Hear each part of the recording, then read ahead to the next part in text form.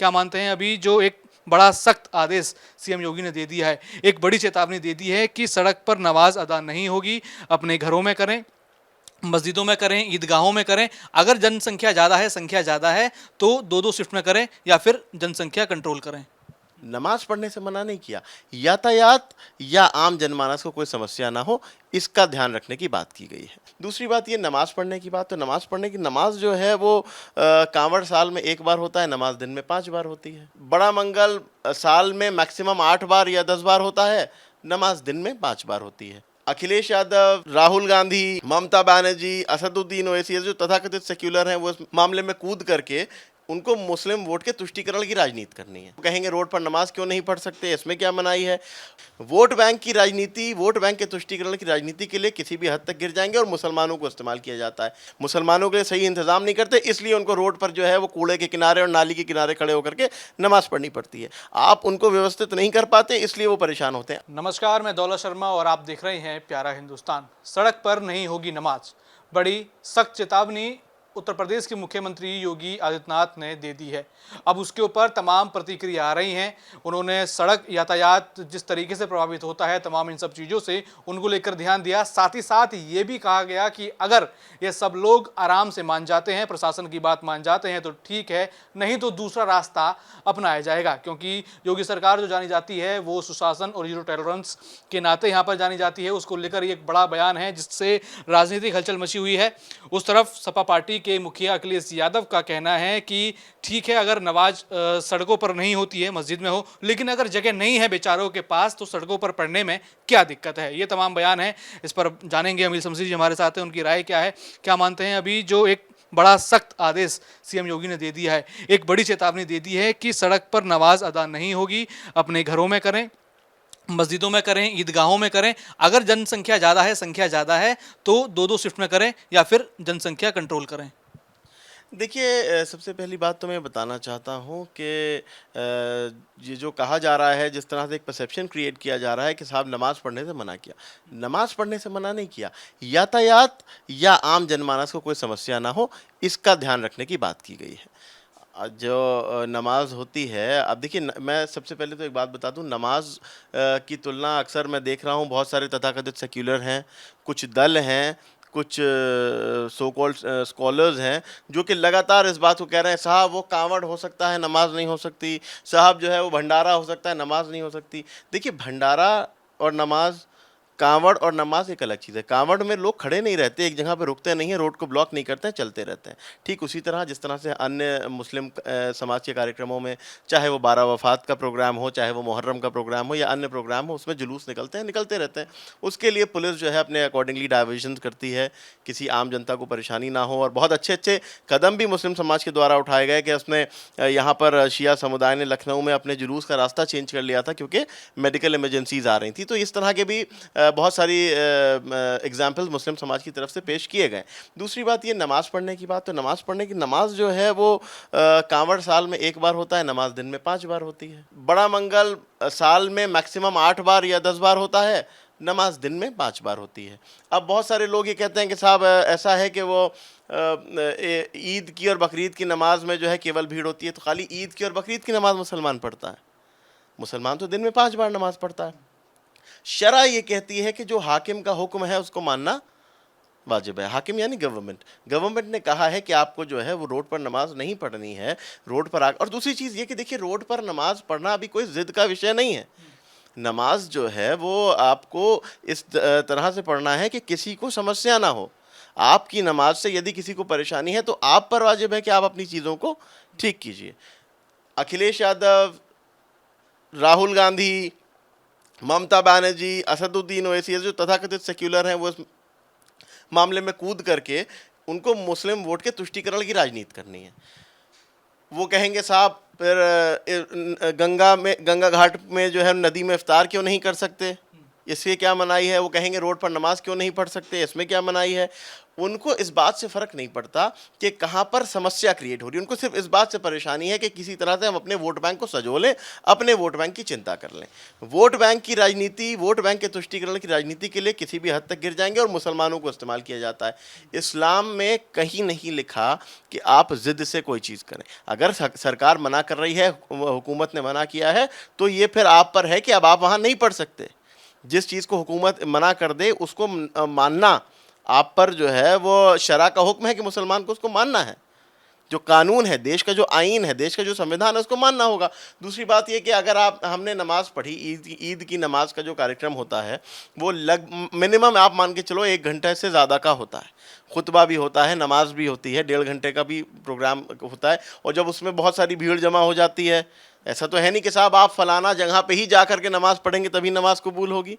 नहीं, घरों में मस्जिदें हैं, मोहल्लों में मस्जिदें हैं, गलियों में मस्जिदें हैं, हम चाहें तो वहाँ पढ़ सकते हैं। लेकिन हम सिर्फ और सिर्फ हमारा आज त्यौहार है इसलिए हमें यातायात बाधित करना ही है, ये कोई विषय नहीं है। आपके पास नमाज़ पढ़ने की जगह है, आप पास नमाज़ पढ़ने का ऑप्शन है, आपके पास नमाज़ पढ़ने की सुविधाएं हैं।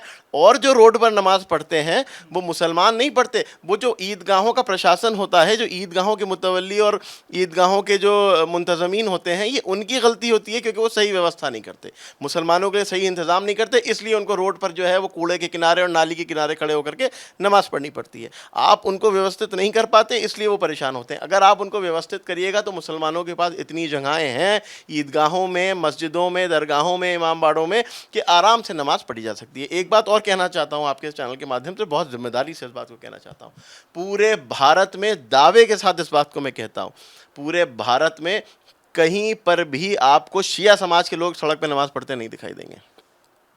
एक भी शिया समाज का व्यक्ति आपको सड़क पे नमाज पढ़ता नहीं दिखाई देगा।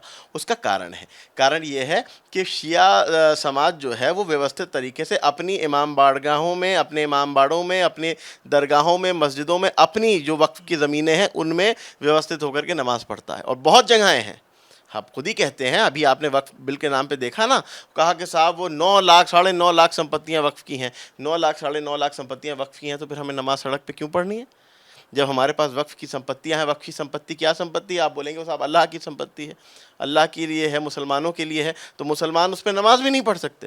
ये मुसलमानों को बहकाने के लिए, मुसलमानों को जो है वो गुमराह करने के लिए किया जाता है ताकि मुसलमान जान ना जाए कि एक्चुअली संपत्ति है कितनी, और ये लोग जो है उसमें खुर्द-बुर्द करते रहे, मुसलमान सड़क पे नमाज पढ़ता रहे। अच्छा, सीएम योगी ने यह भी कहा कि अगर जो इन सब बातों को नहीं मानता है, यातायात का ख्याल नहीं रखता है, आम नागरिक को दिक्कत ना उसका ख्याल नहीं रखता है, तो उसको समझाएंगे, अगर नहीं मानेगा तो दूसरा तरीका अपनाएंगे।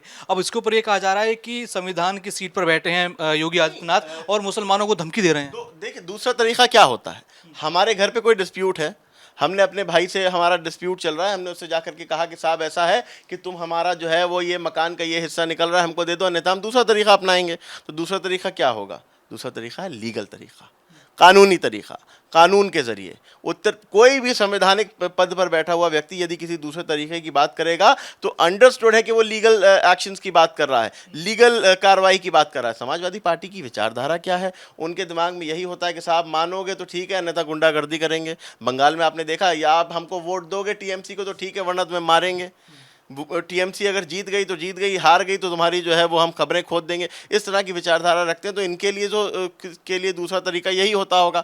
लेकिन उत्तर प्रदेश के यशस्वी मुख्यमंत्री महाराज योगी आदित्यनाथ जी के लिए दूसरा तरीका लीगल तरीका है। और सही बात यह है कि अगर कोई भी व्यक्ति लॉ एंड ऑर्डर को ख़राब करने की कोशिश करता है, कोई आदमी लॉ एंड ऑर्डर के सिलसिले में ज़िद बहस करता है, क्योंकि ये उत्तर प्रदेश नया उत्तर प्रदेश है, लॉ एंड ऑर्डर का प्रदेश है, यहाँ पर अगर आप जो है वो अव्यवस्था क्रिएट करने का प्रयास करेंगे, डिस्टर्बेंस क्रिएट करने का प्रयास करेंगे, तो आपके ऊपर कड़ी कानूनी कार्रवाई होगी, फिर वो आप जो है उसके स्वयं जिम्मेदार होंगे।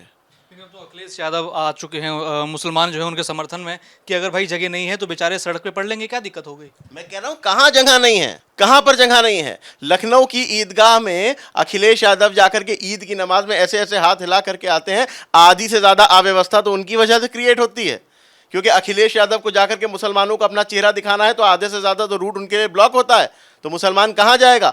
अव्यवस्था अखिलेश यादव जैसे लोग क्रिएट करते हैं।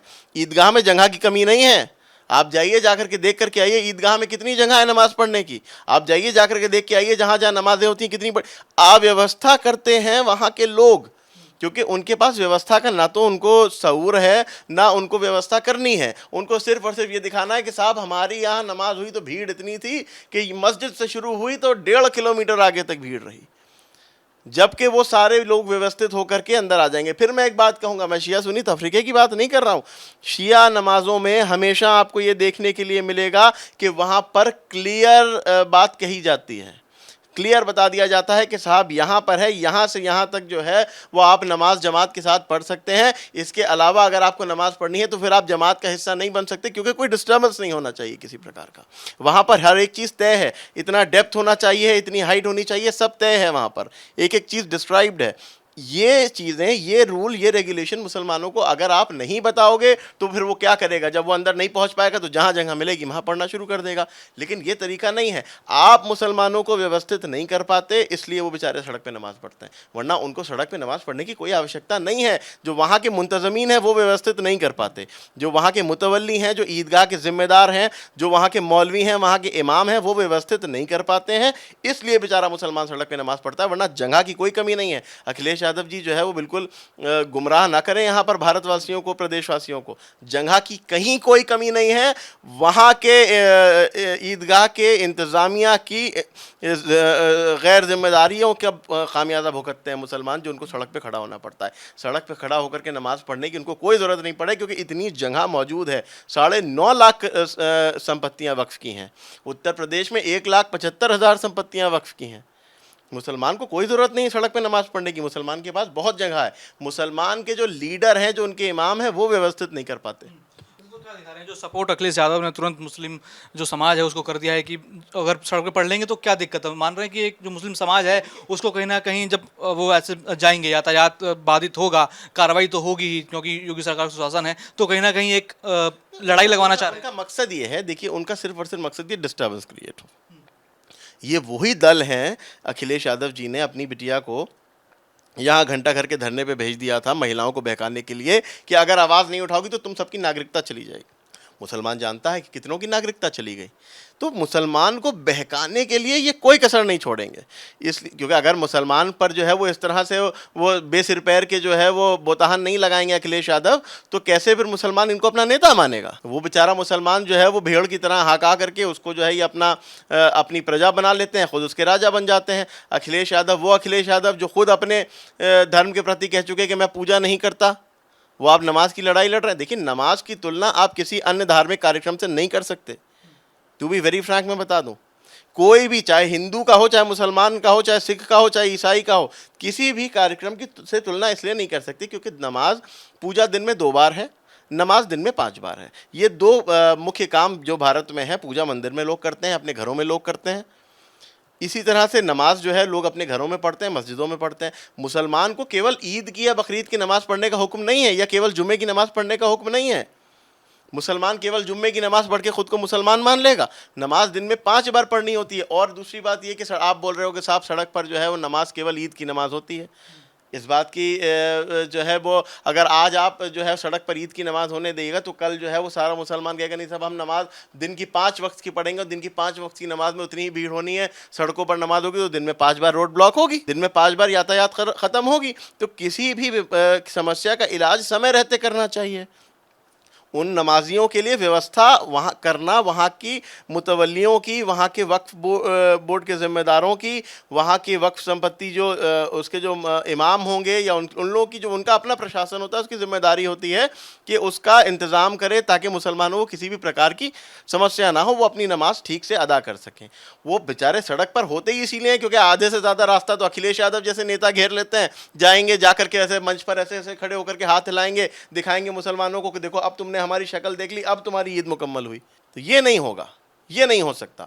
मुसलमान के नाम पर राजनीति आप नहीं कर सकते। मुसलमान को बदनाम करके, नमाज को बदनाम करके राजनीति आप नहीं कर सकते। ये आपने तो तमाशा बना दिया। आपने तो हुजूर सरवर कायनात हज़रत मोहम्मद मुस्तफ़ा सल्लल्लाहु अलैहि वसल्लम के नाम तक पे राजनीति कर ली। आप पोस्टर लेकर के निकल गए, ज़मीन पे पोस्टर गिरे हुए हैं, हुजूर के नाम के पोस्टर ज़मीन पे पड़े हुए हैं, और अखिलेश यादव राजनीति कर रहे हैं। नहीं बर्दाश्त किया जाएगा। कोई मुसलमान बर्दाश्त नहीं कर सकता इसको, ये एक आम मुसलमान के दिल की आवाज़ है। तो अखिलेश यादव को होश में आना चाहिए है, वोट बैंक के तुष्टीकरण में, वोट बैंक की लालच में और वोट बैंक को सजोने के चक्कर में इतने अंधे नहीं हो जाए। उनको किसी भी सूरत में शरह के साथ खेलने नहीं दिया जाएगा। अच्छा, अभी कांग्रेस पार्टी से राहुल गांधी सांसद हैं रायबरेली से, वो आए भी अभी रायबरेली में बयान दे रहे हैं कि जनता के बीच खुले मन से वो कह रहे हैं कि अगर आरएसएस वाले, बीजेपी वाले या फिर मोदी के लोग अगर आपके बीच आए तो उनको बोलना कि आपका प्रधानमंत्री मोदी, आपके गृह मंत्री अमित शाह गद्दार हैं और ऐसे गद्दारों के पास जनता ना जाए। किस जनता के पास जा रहे हैं? उसी जनता ने जिसने वोट देकर के मोदी जी को प्रधानमंत्री बनाया। किस जनता के पास जा रहे हैं? जिसने जो है वो गांधीनगर से रिकॉर्ड मार्जिन से अमित शाह जी को जिता करके भेजा है। उस जनता के पास जा रहा है जिन्होंने लाखों वोटों से राजनाथ सिंह जी को जिता करके दिल्ली भेजा है। उस जनता के पास जा रहे हैं कि जिसने जो है वो तीसरी बार भारत का प्रधानमंत्री नरेंद्र मोदी को बनाया है। जनता राहुल गांधी की असलियत जान चुकी है। उन्हें पता है कि 70 साल देश को बेचने का काम किसने किया। 70 साल देश के ऊपर जो है वो काल बन करके कौन सा परिवार बैठा रहा।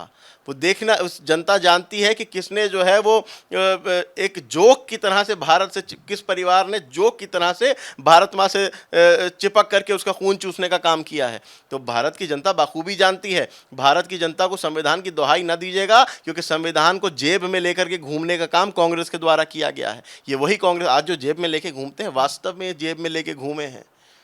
ये सच में संविधान को अपनी जेब में रखने का काम ये करते थे। आज भी आप देख लीजिए, मैं हमेशा ये कहता हूँ, जितने भी तथाकथित सेक्युलर दल हैं, क्षेत्रीय दल हैं, ये सब कांग्रेस के द्वारा जो है कांग्रेस की विचारधारा से पैदा हुए हैं। ममता बनर्जी जो आज अभी भले कांग्रेस और वो अलग अलग हों वहाँ पर, लेकिन वो विचारधारा एक ही है। क्या विचारधारा है साहब? जनादेश आ गया कि आप हार गई, बोली नहीं मैं इस्तीफा नहीं दूंगी।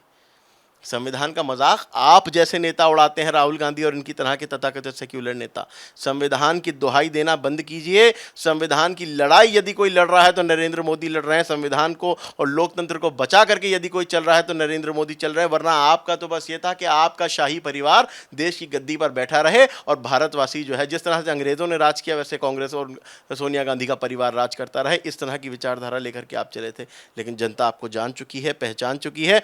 यही कारण है कि आपने हारने के वो रिकॉर्ड कायम किए हैं कि जो भी आगे और बनने हैं।